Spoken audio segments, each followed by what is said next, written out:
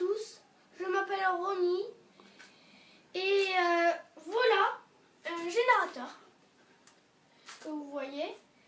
Ici il y a un bulleur et ici un réservoir, une réserve. Elle est blindée, alors impossible de l'ouvrir, elle est en inox. Et vous voyez le gaz qui remonte. Alors ici il y a des anti-retours, des clapets anti-retours. Ici il y a un clapet anti-retour, mais qui est un peu spécial parce que la flamme ne peut pas retourner dans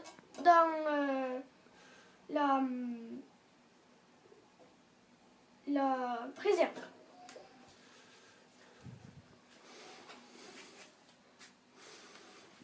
Alors, très difficile de l'ouvrir.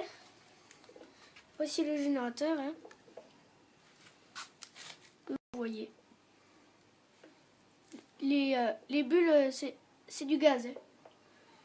Donc, voilà.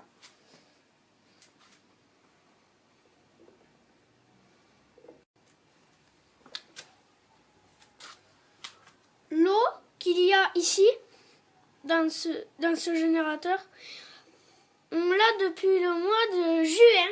Donc, pour vous dire, nous l'avons fabriqué avec mon père. Voilà.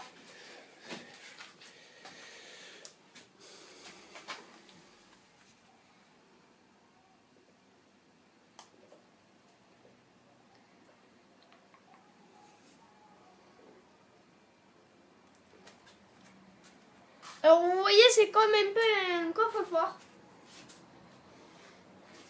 Blindé, hein.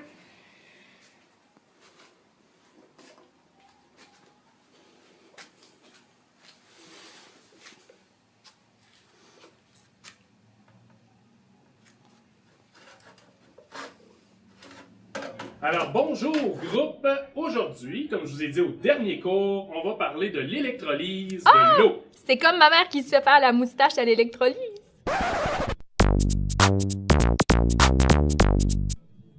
Une molécule est un assemblage de deux atomes identiques ou différents, unis par des liens chimiques. Grâce à sa formule, on sait que la molécule d'eau est composée de deux atomes d'hydrogène et d'un atome d'oxygène. Contrairement aux atomes, les molécules sont divisibles. Il est possible de séparer les atomes qui composent une molécule en brisant les liens chimiques qui les unissent. C'est ce qui se produit lorsqu'on fait passer un courant électrique dans l'eau. Ce procédé s'appelle l'électrolyse de l'eau. Au cours de ce processus, les gaz hydrogène et oxygène sont libérés sous forme de dihydrogène, H2, et de dioxygène, O2, ce qui correspond aux deux constituants de la molécule d'eau. Le matériel nécessaire pour effectuer cette expérimentation est deux éprouvettes remplies d'eau, un support à éprouvettes, un contenant de verre avec deux électrodes remplies d'une solution d'eau saline, deux fils électriques, une source de courant, un crayon feutre et des lunettes de sécurité. Pour y parvenir, on aura besoin d'effectuer le montage suivant. Ainsi, lorsque le courant passera dans la solution d'eau saline, le dihydrogène, H2, sous forme gazeuse, se retrouvera près de l'électrode dans l'éprouvette reliée à la borne négative de la source de courant. Le dioxygène gazeux, O2, se retrouvera plutôt dans l'éprouvette reliée à la borne positive. Pour faciliter l'expérimentation, on peut écrire ces informations sur les éprouvettes à l'aide d'un crayon feutre. On peut maintenant ouvrir la source de courant, attendre quelques minutes et observer ce qui se produit dans les deux éprouvettes. Avez-vous remarqué qu'il y a eu 2 fois plus de gaz dégagé à l'électrode dans l'éprouvette reliée à la borne négative de la source de courant? Il s'agit du dihydrogène, du H2. On peut donc confirmer qu'il y a 2 fois plus d'atomes d'hydrogène que d'oxygène dans une molécule d'eau. Pour s'assurer qu'il y a bel et bien du dihydrogène dans cette éprouvette, on pourrait récupérer le gaz présent et effectuer le test de la flamme. Pour ce qui est de l'éprouvette contenant le dioxygène, on pourrait effectuer le test du tison. Si tu as d'autres questions sur l'électrolyse de l'eau et sur les tests d'identification des gaz, je t'invite à visiter notre site Internet et à t'abonner à notre chaîne YouTube. Tu peux également nous suivre sur les réseaux sociaux. Contrairement aux molécules, non, c'est contrairement aux atomes.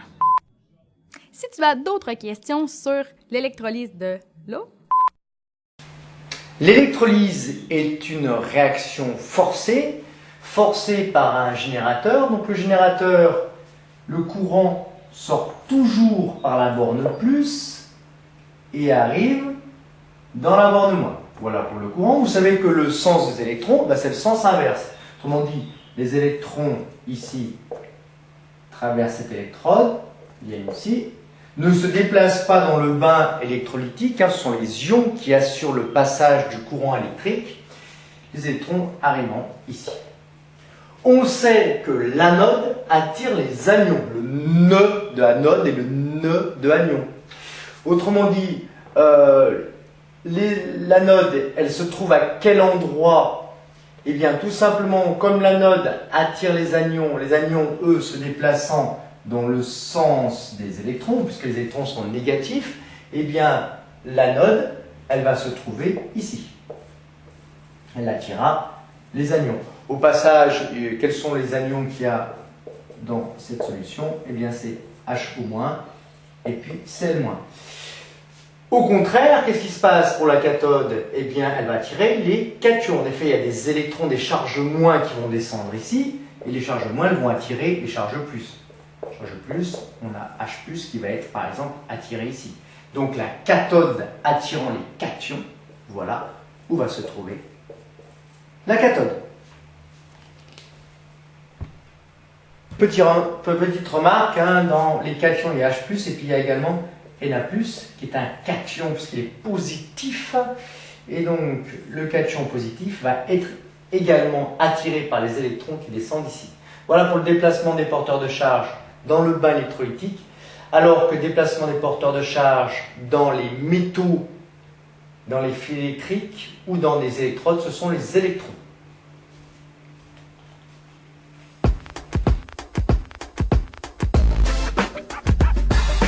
Allez, c'est parti pour l'expérience 2, l'électrolyse de l'eau. Cette expérience est dangereuse, nous vous déconseillons de la reproduire chez vous, sauf si vous avez toutes les protections nécessaires et un minimum d'expérience. Nous sommes supervisés par notre professeur de physique, nous portons gants, blouses, lunettes, puisque nous utilisons entre autres de l'acide sulfurique à 1 mol par litre, une cuve à électrolyse graphite et un générateur à courant continu 12 volts. On commence par diluer 150 ml d'acide sulfurique dans 150 ml d'eau distillée, ce qui nous donnera une concentration molaire en acide sulfurique de 0,5 mol par litre. Ici, la difficulté est de piéger les gaz qui seront rejetés. Avec beaucoup de précautions, on introduit alors 2 tubes à essai pleins et bouchés qu'on dispose sur l'anode, puis sur la cathode.